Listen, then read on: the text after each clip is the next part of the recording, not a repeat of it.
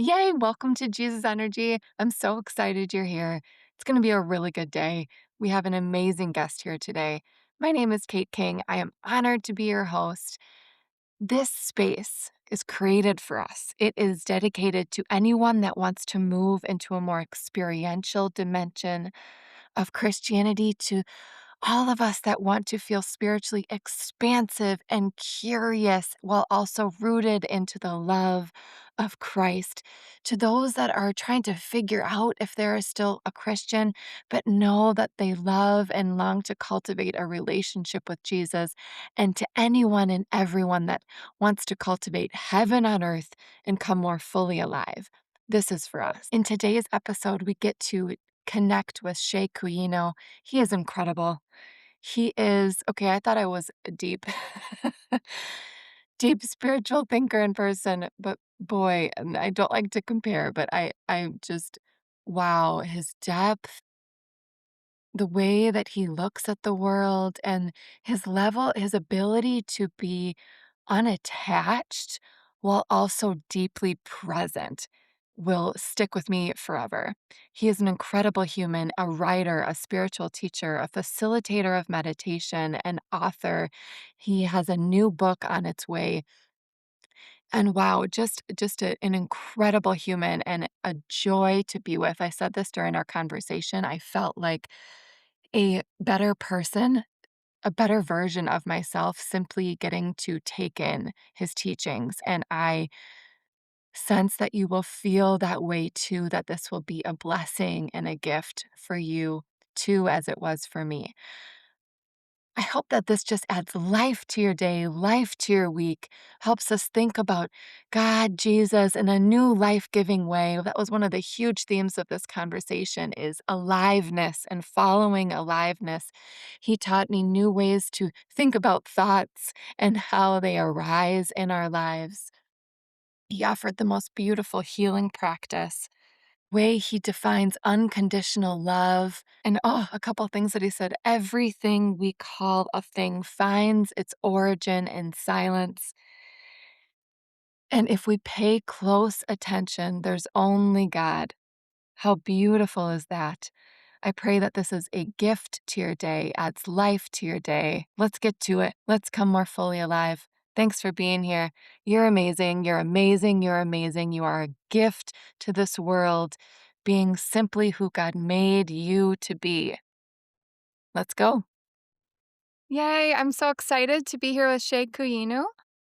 Such a delight to be here. I've admired your work from afar on social media for a while, and I was delighted as I was preparing for a time together, delighted to find just what a like is the phrase jack of all trades you are. You're a writer, author, you are a coach and a magician, a musician, so many things. And I love that about you. That's so cool. And Yeah. I'm glad you're here. Thanks for being here. Thank you. Thank you so much. Incredibly honored to spend time with you here today and I mean to riff and raff Yeah. over what I recognize as one of the things that's the most vital to me. And I should say that I'm incredibly honored that I'm here on your podcast, where I've been listening here and there to your podcast. And what's really interesting to me is that you've featured people who I love so much, from Mm. Brandy, who you interviewed, I think, a couple of weeks Yes. ago. Yep. We've chatted on Zoom before, and it was just so pleasant. And I was one of the people who Yeah. read her books early on. Love her story. An incredible story. To Yeah, to your interview with Carl McColman, whose book Yeah. I have right there. That literally brings me to tears just thinking about Yeah, Carl. Yeah. amazing book. To Kevin Wait, which book Sweeney, is it that you have that's of Carl's? the new big book of Christian mysticism. Yes. Yep. I Yeah. love that one too. To Kevin Sweeney, we've had like some back and forth on social media before, and Mm. Jory also. I think I messaged him once and I said I want to spend an entire day with you. So Mm. these are incredible people who I just enjoy Yeah. the bits of their essence Yes. that gets shared. Same. Same, same, same. Well, that's funny, we love all the same people. Yep. And Keith also, I've been on one of Keith's. I can't remember his last name. One of his. Giles? Is it? Yeah. Yes. Yes. Yeah. Yeah. Like the quantum gospel of yeah, Keith? Yeah, quantum gospel of Mary and Yes. Yes. Yes. That's yeah, that Keith. mhm. Yes. Yep. I love that. Yeah, he's so talented too. His work was the first time I was introduced to Mary Magdalene. Yeah. Yeah, he does awesome, awesome work. So you said what intrigued me that you just said, like, the things that are most vital to you, and then I wanna hear about, like, your background and whatnot, but what is most vital to you in life? It's the recognition of this thing that I call the aliveness, Mm, that which cannot be born or that cannot die. It's what makes everything as it is. It's what makes us to be. yeah. I think it's while it's the most vital, the most obvious thing, it's the one thing that's often not seen. Almost like I think it was my last Substack where I wrote about two fishes in the water, and one of them is like, "Ah, you're surrounded by water," and the other fish is like, "What are you talking about?" Hmm. But I should also preface our conversations by saying this, especially for anyone listen, I want to confess that I may not have all the answers to all the questions that may be asked here. Maybe some of my expressions may be jarring to some, but I pray that the sweet articulation, there will be sweet articulation of this that I find to be almost inexpressible. Wow. That's really touching. That's really touching. Thank you for saying that. I love that. I would love to begin simply, like, by hearing more from your voice, who you are, what you're up to, anything from your mission in life to what you like to do on a free afternoon. Yeah, where do I even start? Where do you begin? I know it's so much. It's a loaded questions. I'm sorry. Yeah. Maybe I'll start with mission. What's kind of interesting, maybe if I frame it this way, I don't know. I no longer really believe I have a mission. Hmm. Why I say that is, in some ways, when we look around, or when I look around, I realize I could take another living object like a tree. I'm not sure the tree has a mission. However, we could say this tree is designed to provide shade, right? Yeah. It looks like that's sometimes superimposed on on what already is there or what already is present. So perhaps one of my missions is to breathe, to provide oxygen or to provide carbon dioxide. Perhaps one of my mission is just to be, or maybe my entire mission from the time I was born to right now was to actually be on this podcast, and then another mission gets rebirthed after this. Who knows? So for me, it's Wow. the question of mission. I think it it awakens and dies every moment. Yeah. Yeah. Yeah. Our mission awakens and dies every moment. Yeah. I really feel that with you. And I listened to another one of your interviews. I'm forgetting which one now, and I've been listening to your book, The Glorious Dance. And even like, as we were preparing to hop on here, and I was asking if you needed anything, and you just say, like, I'm simple. Like, it's all good. Sure, we can start. I, your combination of like being like non attachment I think is what comes to mind with also being, like, incredibly deep. Like, that's the first like, that's what's really jumped out at me from your work is your depth but with the non-attachment is a really, it's very intriguing and beautiful combination. Yeah, I find ultimately that's if there's any practice whatsoever, I think the entire practice or the entire if there was a mission for us to have as individuals, it's really letting go. Yeah, And so my practice, my entire practice is that what are the things that I'm also holding on to?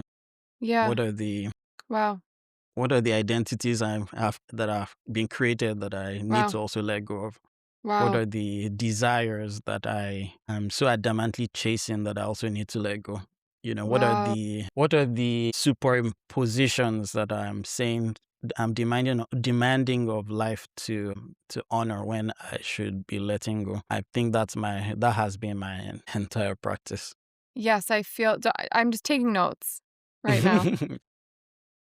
I feel that from you so much, and so one of your roles is being a coach to others. How do you balance finding goals, going after goals in life with that letting go and letting go of desire? Yeah, for anyone who's curious, I'm an Yeah, agile maybe. coach.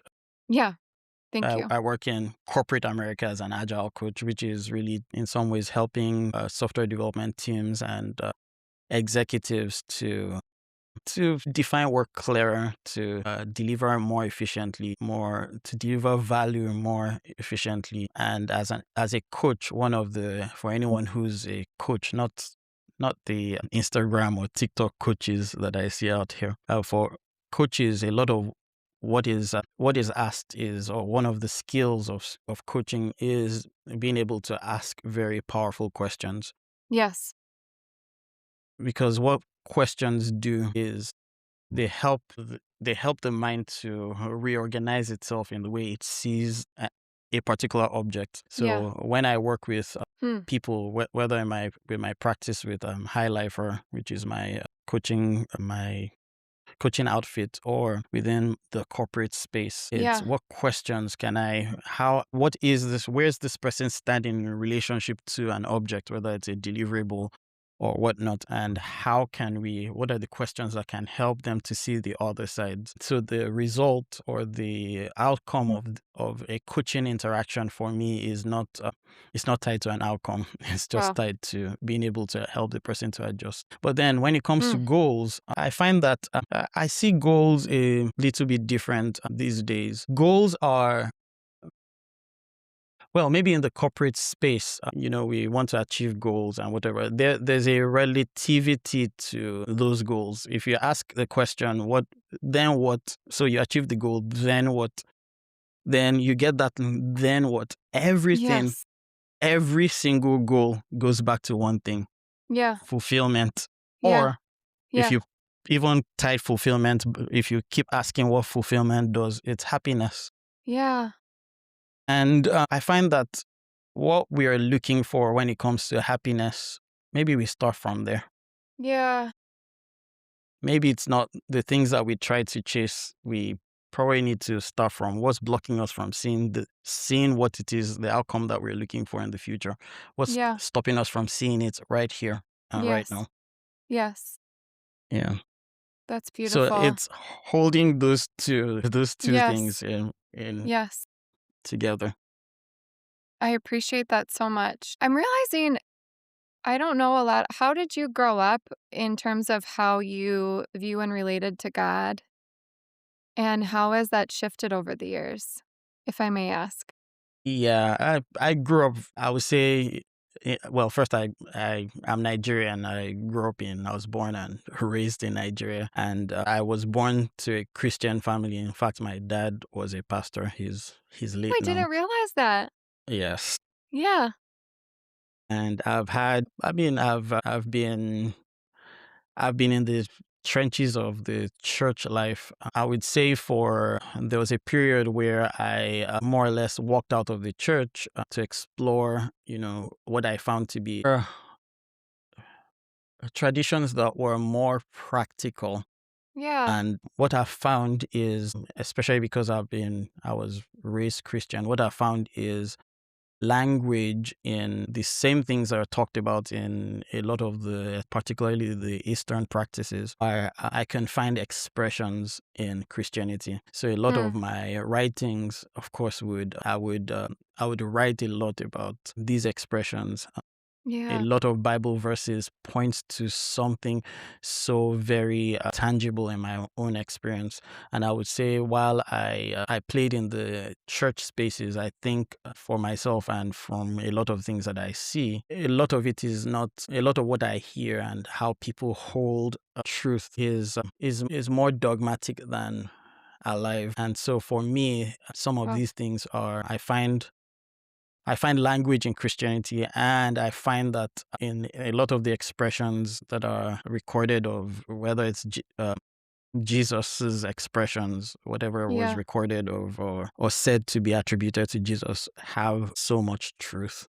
Mm, And even though I have a very interesting relationship with Paul, I find that there was a lot of revelation in some of Paul's writings. yeah. I love how you see and notice and pay attention to aliveness. Yes. Yeah. And I even like as I'm sitting here, I had a moment of just gratitude. Like I went to sadly a funeral for my friend's mother that died unexpectedly this morning.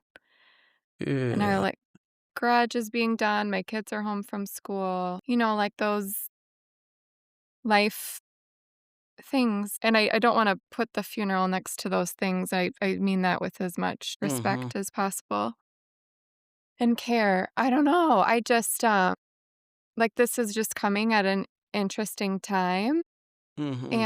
And as I'm sitting across from you and like connecting for the first time, I just had this moment of like I feel so honored to connect like spirit to spirit, essence to essence. That doesn't happen all the time in life.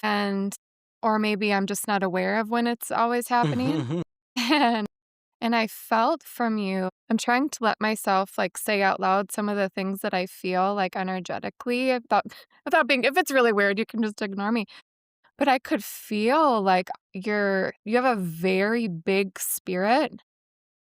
And I could feel it as you were talking, like, almost hit me in my heart. And that's the only way Mm. I can think to, like, put words to the indescribable. Anyway, so I'm just and in the at the funeral this morning, they read from Ecclesiastes, the verse that says, like, there's a time to live and a time to die. And it really struck me as, like, connected with your work and the glorious dance, and so I don't even know what I'm asking, but other than, like, when they read it, I was like, "That feels like your work to me, that feels like" I don't know, was it the chapter about Yeah, y I don't know if you there was a chapter on life and death. Yes. Yeah, and I remember I quoted from the monk Ajahn Chah, where he said something about the moment you were born, that's the day you started to Yeah, die. that's what it yeah, yeah, Yeah, and maybe to connect this to what you said about aliveness, it's of course I'm now in my 40s, and I've noticed the slow decline of body parts, yeah, from yeah, now I now wear glasses, which I never did in the past. I now climb stairs and I'm like so super exhausted, and I'm like, man, you need to really work out. This was not you. To waking up, I sleep when I sleep in the wrong position, I'm like, ouch, and I'm yes, like, right, right. that was not a Where's thing. the aliveness? So I find that when we talk about life and death, well, in a lot of the framing in which we see life and death, it's in the perspective of the body. Yeah, So when a baby is born, when the fetus is kicking, we say there's some aliveness. And then when the body dies, we say the person has died. But maybe while that is true, we can take a look at what exactly is life? Yeah. And I find that life is not in the Mm, it's not in the spectrum. Real life, true life isn't in the spectrum of alive, dead, because those are just two quadrants in hmm. the infinitum of life or aliveness. Uh, Yeah. Sometimes we take a look at, and I'm going to just philosophize here, but when we take a look at the story of, say, a big bang, for instance, and we Yeah. say, oh, there was a big bang and then everything existed or everything came into existence. It took billions of years. Yeah, what is that spark that happened? Yeah. There had to have been life for that to happen. In fact, Yes. that was life. Yes. And life isn't disconnected from anything. Mm. Perhaps that is what the scriptures, the gospels talks about when it talks about Wow. eternal life. A Yes. life that has no beginning and a life that has no end. Wow. So the aliveness is, in some ways, the aliveness isn't something on a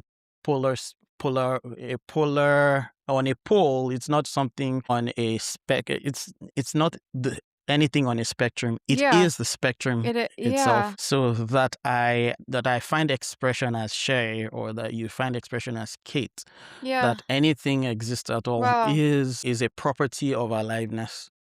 And so the great fascination for me is just Mm. this I express this a lot in my Substack, is this wonder, this mystery. What the heck is all of this? It Wow. is so weird. Yeah. It is so weird, and it will never be resolvable. It's unresolvable, this Mm. mystery that is.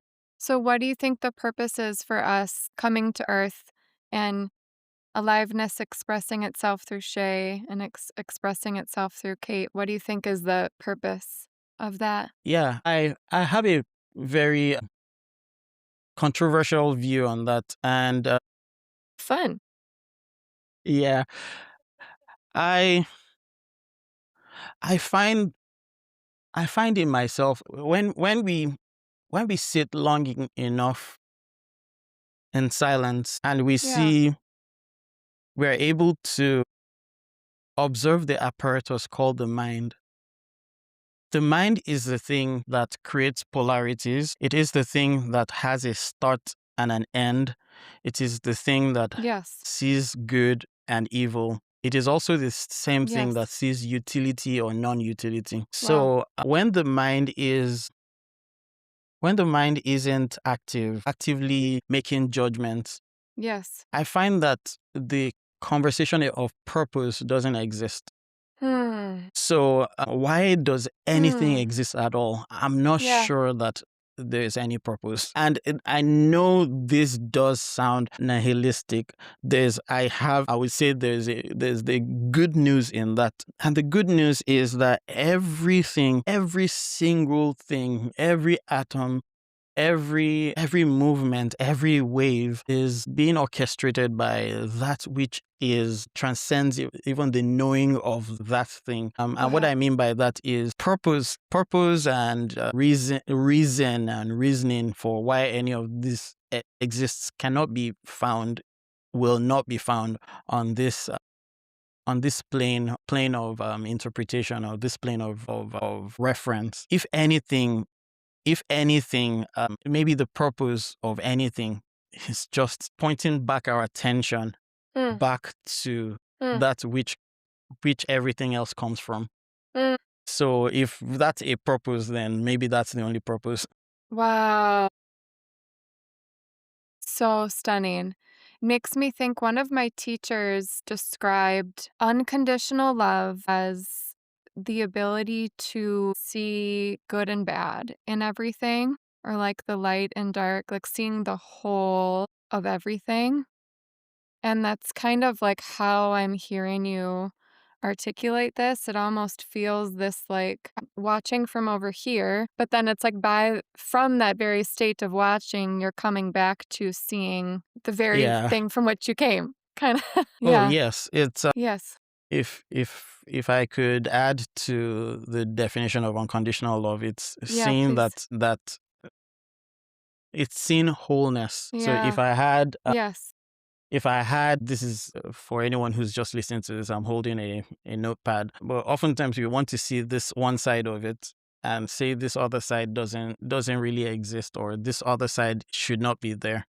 But seeing that Mm, the whole of it is both sides, then you love both yes. sides because that is the entirety of it. Because in notepad in this case is made up of Yes. both sides. So love Yeah. then is the recognition Yeah. of wholeness, of everything exactly as it should be. We could love the light Yes. and not want the dark. Well, what does that? There wouldn't be Yes. light if there was no darkness. How do you make sense of evil in the world?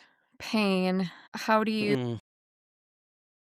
I want to say that if I had a theory, a concept around what we call evil or even good is, let me start with evil. Ultimately, I would say that evil is matter or experience events finding its way to wholeness, but is Wow. lost in it. So how do I know? Every time that I've done something evil, every single time that I did something evil is because I did not recognize myself as already whole.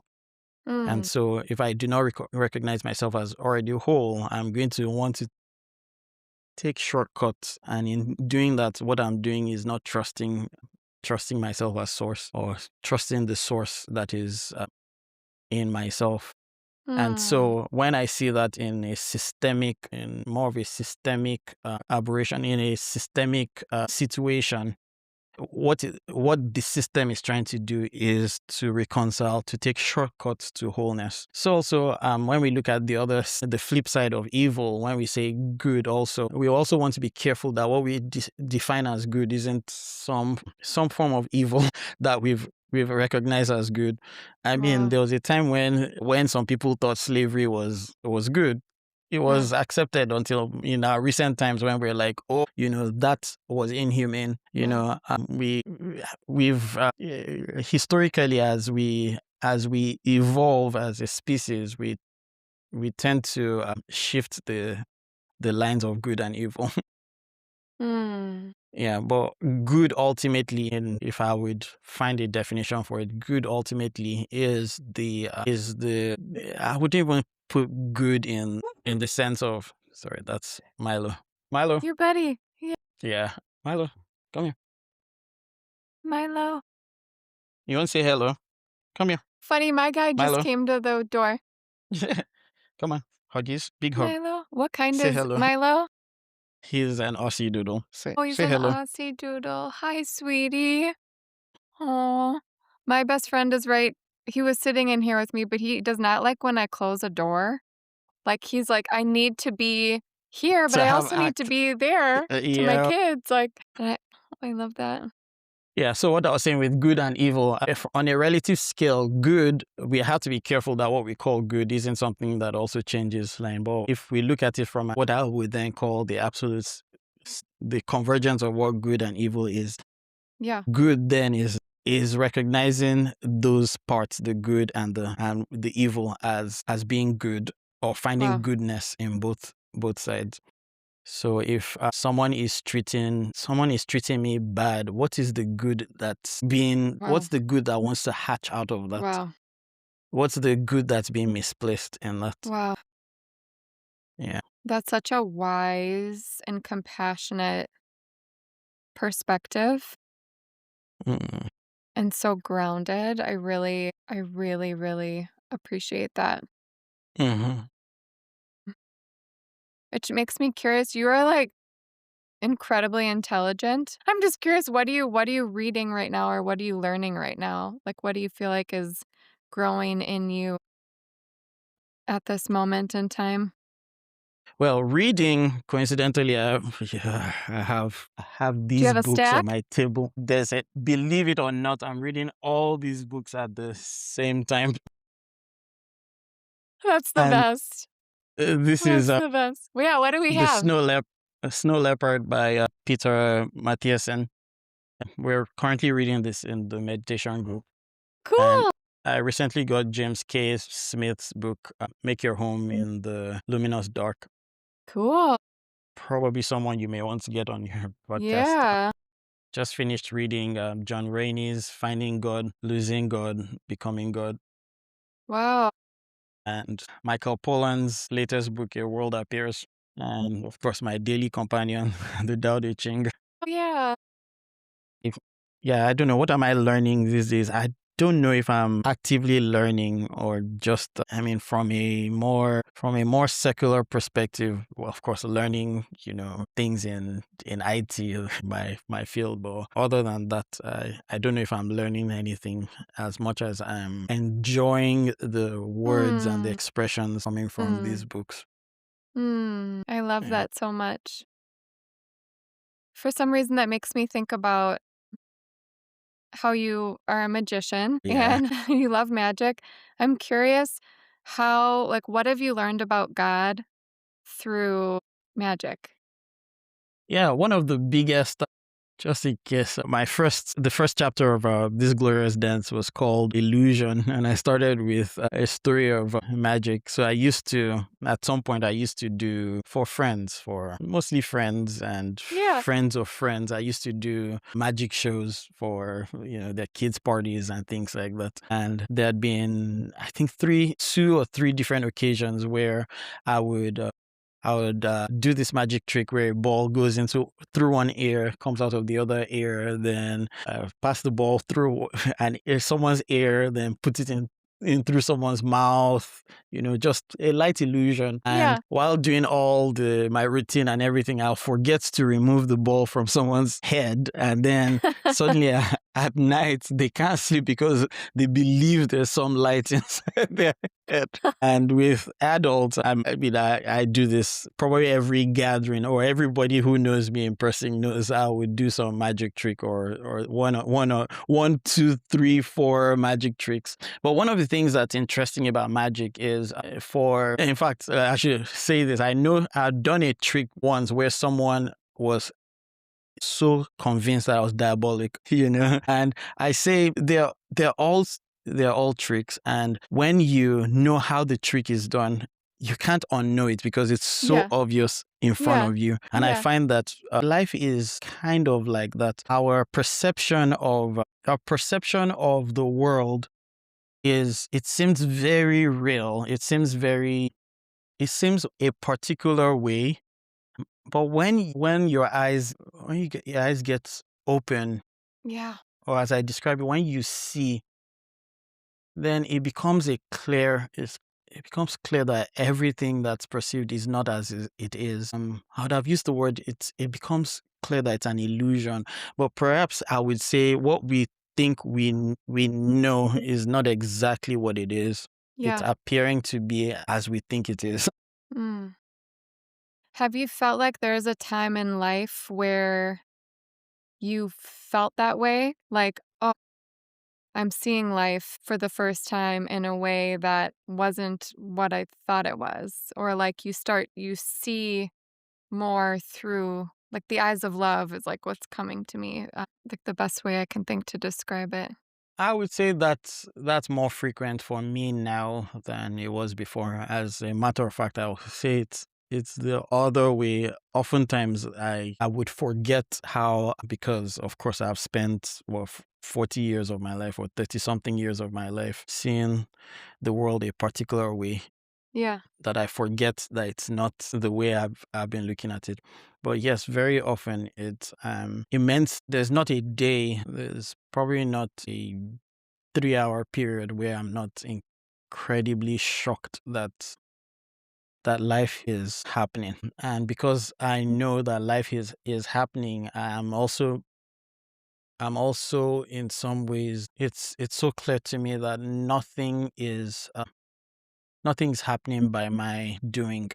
Mm, And it's not that nothing is happening by only by my doing. It's that nothing is happening by anybody's doing. All is, if I should flower this in Christian language, it is that God is doing all things.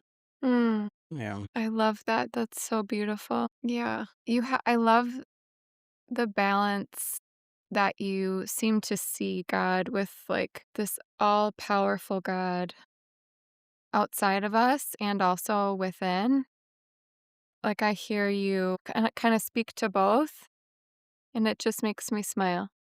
Yeah, I had a different expression. It's that what I would even say is a God outside of us is it's a concession for describing that which is also connected to it's so indescribable that sometimes we say it's outside of us. It's so it's also a English and language will fail us heavily if we also say it's inside of us. The Mm, question is, what is the us at all? mm, Because if we pay close attention, there's only there's only God. mm.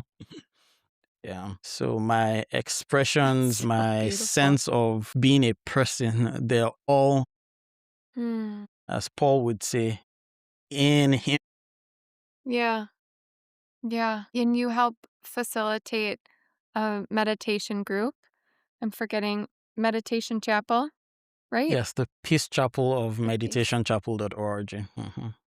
I'm one of the Mm. facilitators, yes. Tell me anything about that. And why is silence so moving for you and important?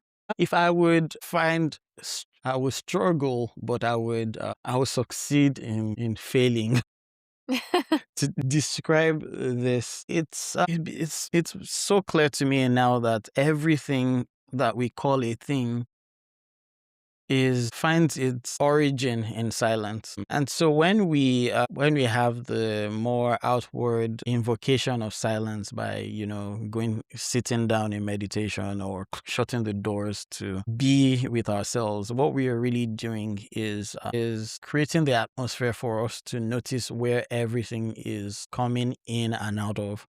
Wow. look at our Look at thoughts, for instance. Where do our thoughts come from? They Yeah. come from nowhere Mm. and they disappear into nowhere. Yeah. Where do our bodies come from? They come from nowhere and Mhm. disappear to nowhere. Where does anything come from? From nothing, going back to Yeah. nothing. And Yeah. so silence becomes it's probably the best description or best Mm. describer of that no thing through which everything Yeah. arises out of.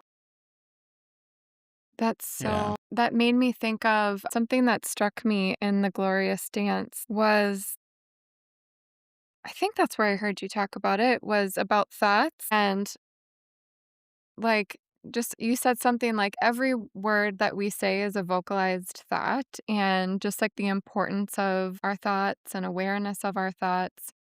Do you have practice silence, but, like, how can we clean up our thoughts in an attempt to, like I mean, to me, that makes me think of, like, raising our frequency, and just consciousness. Yeah, I find that it's the this is another controversial thing, but I find that we cannot clean up our thoughts. We can't change our thoughts. For us to be able to clean our thoughts or to change our thoughts, we have to first capture the thought, then we clean it up, right? But it turns out if you try to do that, it's like catching smoke; it disappears. So perhaps there's nothing to do about Wow. that, which is not to say nothing can maybe it's a different we need to reposition ourselves in Oh, a different way of seeing yeah, that our thoughts they arise of their yeah, own, they disappear on their own.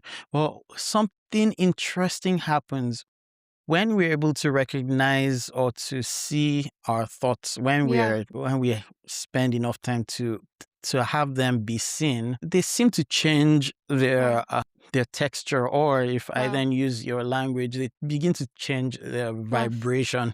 mm. And of course they come and then they still go. I think that when it comes to vibratory states, there's a coming and going of that happens. I don't Wow, I don't know for sure, but I think that I think they self correct over wow. time. Yeah. That is so stunning. As we were sitting here, I literally Googled the word reverence because I'm like, I want to make sure that I'm using it in the way I intend to. Yeah. Just this time with you, I feel like I'm and just taking in your presence and your essence, I feel like I'm growing in my own reverence for life Mm. and also my ability to see, just by soaking in your ability to see life in wholeness. I'm like praying that that oozes over to me. Like, when you feel someone's essence and it's like it spreads. Yeah. Yeah, that's how I feel with your essence, and your energy is so in alignment with the words that you use that it's like extra clarifying for what you're articulating. Yeah, I'm glad that's what's showing up. Yeah, Glad that's what's showing up. yeah. Okay, so I'm excited that you're writing another book, right? Yes, yes. How's it going? It's interesting. Like anyone who writes, you could write 100 pages, and when Yeah. when you start to edit, it's like only two of those make it. Yes, I was like, am I sensing the sounds of a writer in the editing process? Yeah, I'm super excited. I That's like to say awesome. my last books are always the only book. So this to me is going to be the only book I would Oh, have ever published. It's tentatively called Beyond Silence, the Radiance of mm. Contemplative Practice. And Wow, that's stunning. yeah, I was really so I find that in conversations with people about meditation or even contemplation, you hear the I can't meditate. It's not for me. And Yeah, yeah, it's very understandable, but I think there's a huge misunderstanding when it comes to meditation. So the idea behind writing this book is to first of all squash the myths. Like for instance, there's a myth of you go meditate so that you can clear your mind. I'm like, I've meditated every day for many years. I've not cleared any mind. I'm sorry. And there's the myth that there's I cannot meditate, and it's like, okay, what exactly, if we break it down, what exactly does that really look like? I find that a lot of people I talk with will say, oh, I sat down, I tried to meditate and it just couldn't happen. Okay, now if you slow down and you investigate your experience, you would have witnessed a thought that says, this is boring, this is difficult, this is yeah, terrible, I'm not doing it right. Well, yeah, okay, now that is a thought. Now yeah, let's talk about thoughts. What are thoughts? yeah, Thoughts are self-originating. Um, I'll call them entities or objects. yeah, What is that? Study yeah, that. It turns out meditation then is the study of, if we can put it that way, is the study yeah. of how thoughts vibrate, how they appear, how they Mm, disappear. And then you yeah, start to see that a lot of the elements and objects of in our experience they're all thought forms. I say this, nobody has ever witnessed the beginning of a thought. It's You've never done that. How do I know that? What was the beginning of your last dream? Do you yeah, remember when you yeah, dreamt and that's then the so first true. Right. exactly. Yeah, Yeah, you've never experienced the very yeah, you beginning of come your into it. Yeah, exact, or you at some point you wake up and realize, oh, that was a dream. Or if you're lucid dreaming, you realize, wait, all of this doesn't make sense. right. Yeah, It's the same thing with almost anything. What is the this is a podcast that we started about 15 minutes ago. What was the beginning of this podcast? I would not say it was 15 minutes ago. I would not say it was when we got on the phone. The beginning yeah, of this may have been, I could still argue that was when my dad met my mom. Right? yeah. The beginning of this could have been, if we are going to reference the Big Bang, was that when this podcast was going to be Wow. shot was this. Right? Yeah. So we start to see that our thought forms are like that, they appear, disappear, but Wow. when we capture it, we say, oh, that it's I created it. It is Yes. me who's saying this. But it's like, Yes. no, even you saying I created that is also another illusion of thought, you know. Right. So Yeah. I find it to be extremely fascinating That how is so fascinating. I've never yeah. seen a thought that way before. Yeah, yeah. Thoughts are, in fact, I think it was this glorious dance where I said it. We don't even know where thoughts are. Someone Yeah. says it's in my head. How do you even know that? Yeah. You're pointing to your brain and not to Yeah. thoughts. It does kind of feel like they come up, like, in this area, which is funny. Do you feel that way, or do you feel like It it you know does how you feel can like yeah. that, but here's why I believe it feels like that. If our eyes were by our knees, we would say that our thoughts were there. But if you look at your Yeah. senses, your mouth, your nose, your eyes, your ears, they Yes. seem to be here, this space. So we think Yes. the thought has to be between all of this. But if our eyes were by our knees or on our Yeah. knees and our ears were beside our knees, Yeah. and our brains were still here, we would say our knees, our thoughts are in our knees. That is so funny because it is Yeah, interesting how much we associate a thought with the brain. yeah. Yeah. I would blame Or biology I for do. that. Yeah, Yeah. I mean, Yeah. generally, collectively, we tend to do that. Well, I would blame biology for that, and it's because we think that it's the brain that's thinking. But I would argue that it's the brain that's processing what has Yes. been thought. Yeah. Fascinating. Yeah, but I don't even, I don't have any evidence of this, but I would argue that thoughts are not local. They're not local to the body. Hmm. It's one of the reasons why people who have psychic phenomena are Yeah. able to, pull something that's not local. I don't think it's any thought is Yeah. found in time and space. Yeah. I've heard people say, like, you can catch a thought, like, we share thoughts, like, sometimes thoughts will almost come through, like, as a stream in an area, and or, like, I might if I have a thought, but it's actually me picking up on my child's thought. Yes, I could see the truth in that. And that's one of the reasons why I still say that there's this movie, Everything and Everything All at Once. Oh, yeah.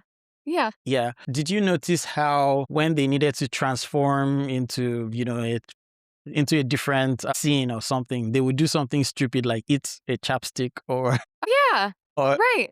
do something super Yeah. weird. When there are interruptions in our environment, Yeah. it seems to influence our thoughts. Yes.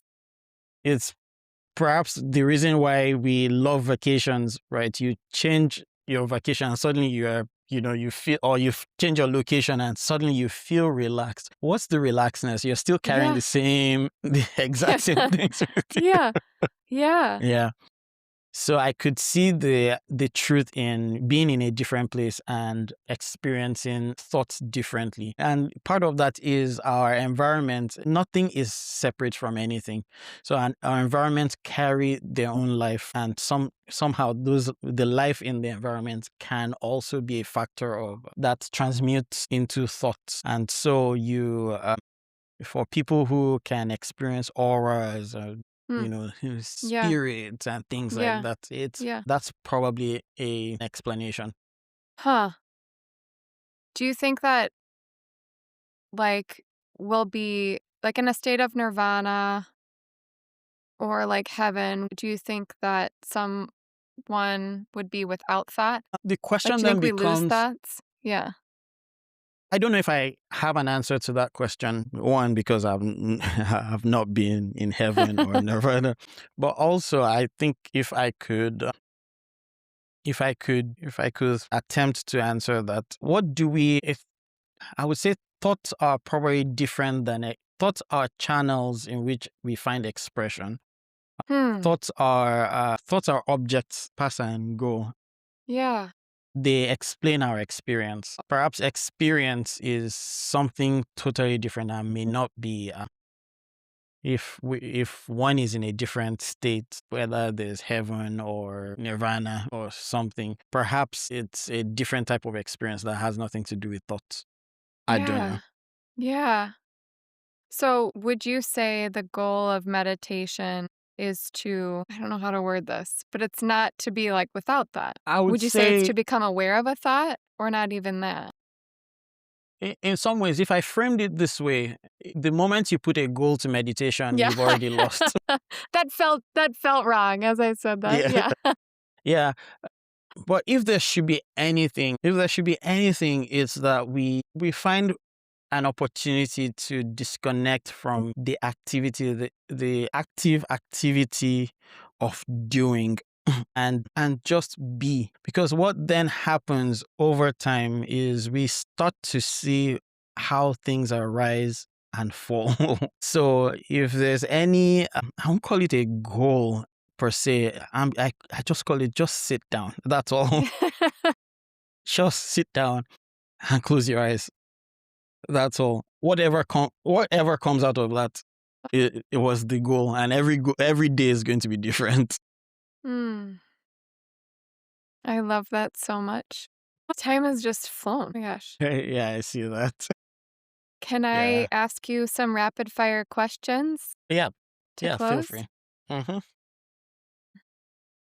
So, when do you remember the presence of God from within your physical body, or how? I don't know if I recognize the presence of God within my physical body. As a matter of fact, I don't even know if I know my physical body. And I say that because I don't know if we know the body. I think we believe that we do. Yes, we obviously see the body, we experience the body. But to me, the body is made up of sensations, or what Mhm. I would say is my body is sensations. Hmm. Now, when it comes to experiencing the God through that, I'm careful to say I should say that I do not. However, I'm intimately aware of everything being the way that, if I would use this language, that God visits, Mm, and sometimes that's through the body. mm, mm. That's through the recognition of the sensations, because the sensations that I feel perhaps aren't my sensations, they're sensations. And that all of that is appearing within this sphere that I would then call God. Wow. So when the I experiences the body, maybe it is not I who experienced the body. Maybe this body is being experienced. Mhm. Yeah, I think that's the closest to what I can, or how Mm. I see that. You are such a philosopher. When are you intimately aware of Jesus?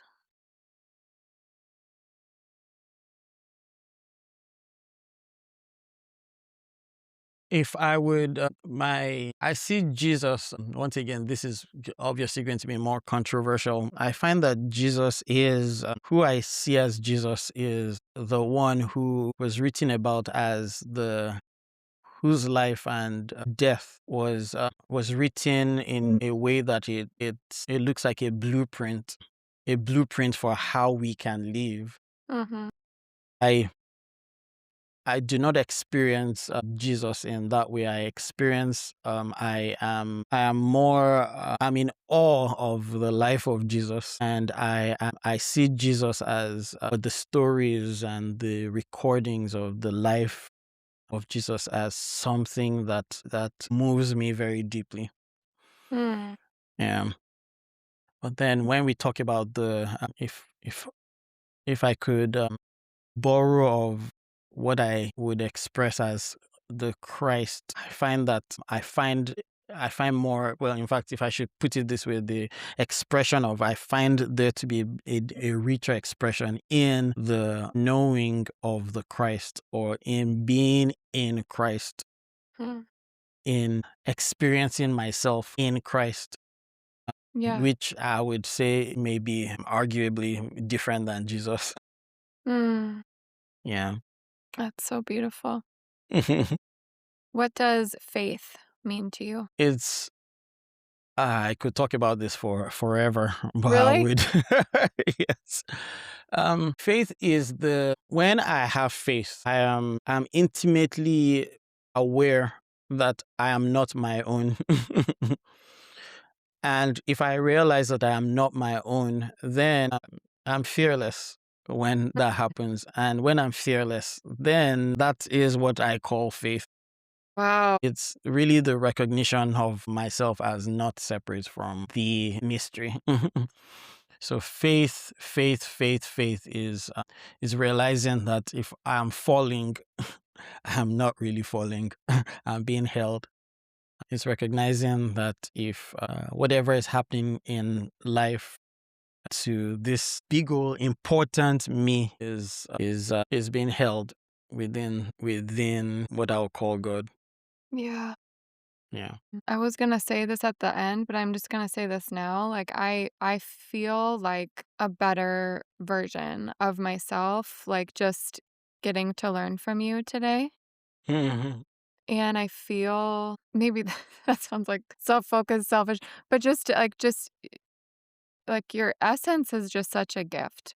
Mhm. And your presence and the way that just the way that you take in God and information and other people's work, like it's just feels like it's compiled in you and it's just deep and it's a gift and the world is better for it. Yeah.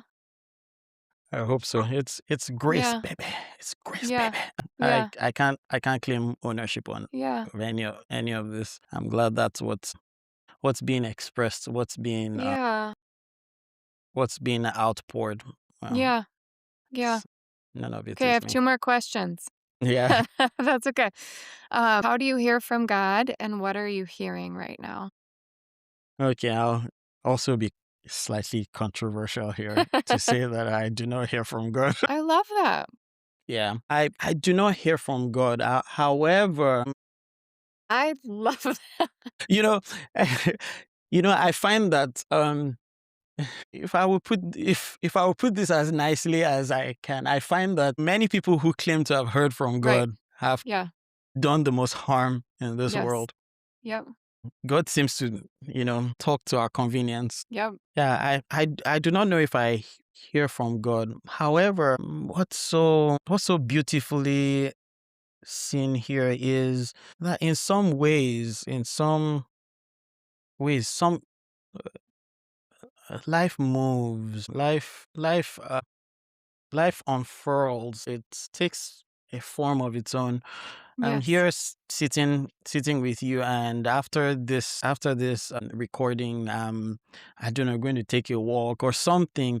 But that's God expressing. Maybe that's Yeah. God expressing Himself through Yep. me as me. Yep. Maybe God is perhaps that is what how God speaks as the objects or as the activities in each and every one of our lives.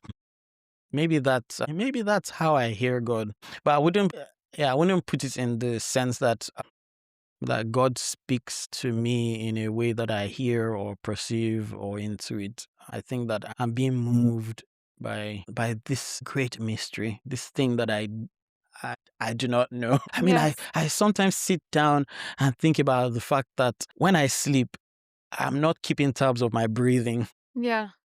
When I Yeah. walk around, my heart beats on its own accord. Yes. When I'm thirsty, there are signals to drink water, Yes. and none of this was what I created, what Mm. I'm doing. So Yeah. perhaps all of that is part of the movement of Mm. Wow. I've never thought about like the signal to drink when I'm thirsty as the movement of God. That's really beautiful. yeah, Lastly, I love to end every episode with an invitation to healing, whether that be like a mindset shift or a small physical practice.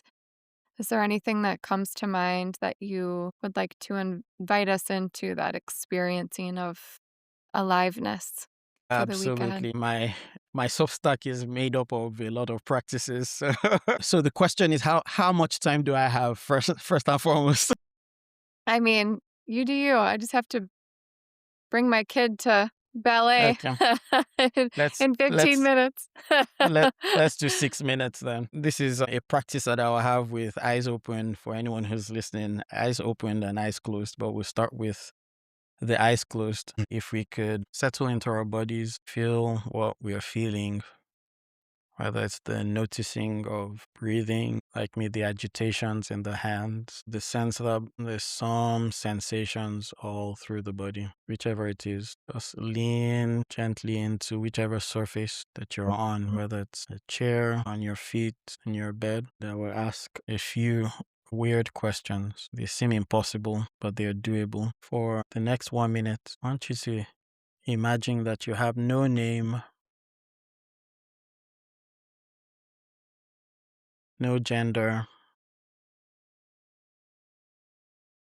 no age, no race, no religion, no nationality, no disability, no mental health, no political affiliation, no education,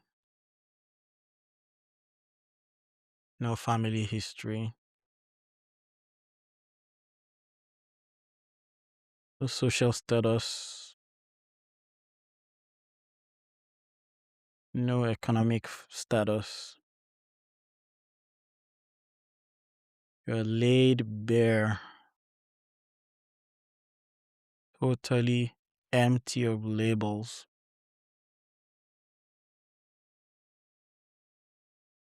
Without these labels, one may experience thoughts arising.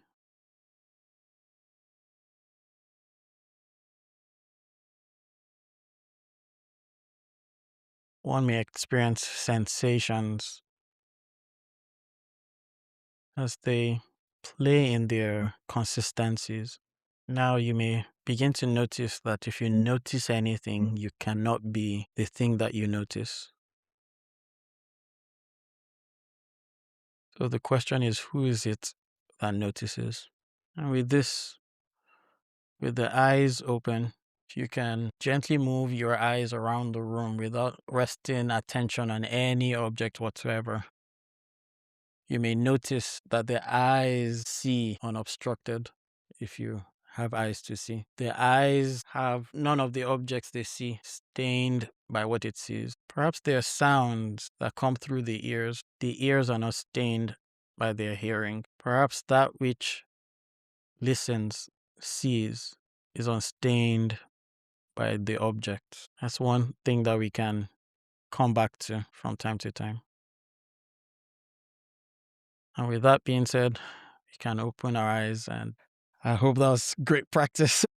That is so beautiful. Um, and I apologize, my kids started playing basketball upstairs right as you mentioned sound. I was like, "Yes, lots of booming sound to observe." Yeah. Such a eye-opening reminder, the way you were talking about, like, labels and things, like, I just felt like all of those being pulled off of me as you Mm. were naming them, and it was a realization of, like, when I think my eyes are open, how often I'm living with them more deeply embedded than I'm even aware. Yeah, it's fascinating when we see those. Yeah, I yeah, I'm gonna love listening back to this and practicing that again, and I hope we can connect again, Oh, and absolutely. yeah, this was so, like, so fun, like, this is, like I do this, I'm like, "Well, this is what I love about life," you know, like, it's just a reminder of how good life is and what a joy it is to connect and talk, and I'm just so appreciative of you and your Uh, time and getting to learn from you today. yeah, So thank same you. here. This was I'm so honored to be on this, and I am so grateful that I get the unique opportunity to be able to speak with you Same, and to same. connect with you. Yeah, such a gift. Thank you so much. Thank you. Have a wonderful rest of the day. Thank you so much for being here. It's such a joy to be together. If you feel led, follow the show, leave an authentic review. It's a gift. It's a gift to me. I do love seeing them. I love to know when things impact you, and it helps me feel connected, and I hope it helps you feel connected too. And share this with a friend. It helps us to all connect, those of us that long to get to the heart of the original mission of Jesus. Let's bring heaven to earth. Here we go. Have a good one.